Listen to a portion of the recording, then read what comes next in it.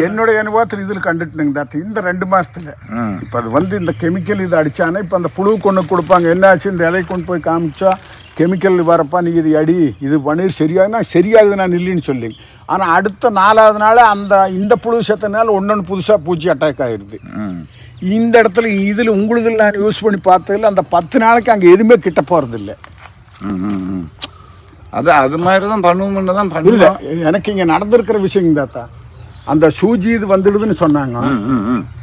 அந்த செடி திங்கருக்கு இதில் வல்லிக்கும் வல்ல இந்த பெரியவான ஒரு மருந்து கொடுத்துருந்தாங்க போரை அடிக்கணும். இந்த இதுக்கு போரை அடிச்சு விட்டுங்க. நான் அந்த விஷயம் சொல்லல.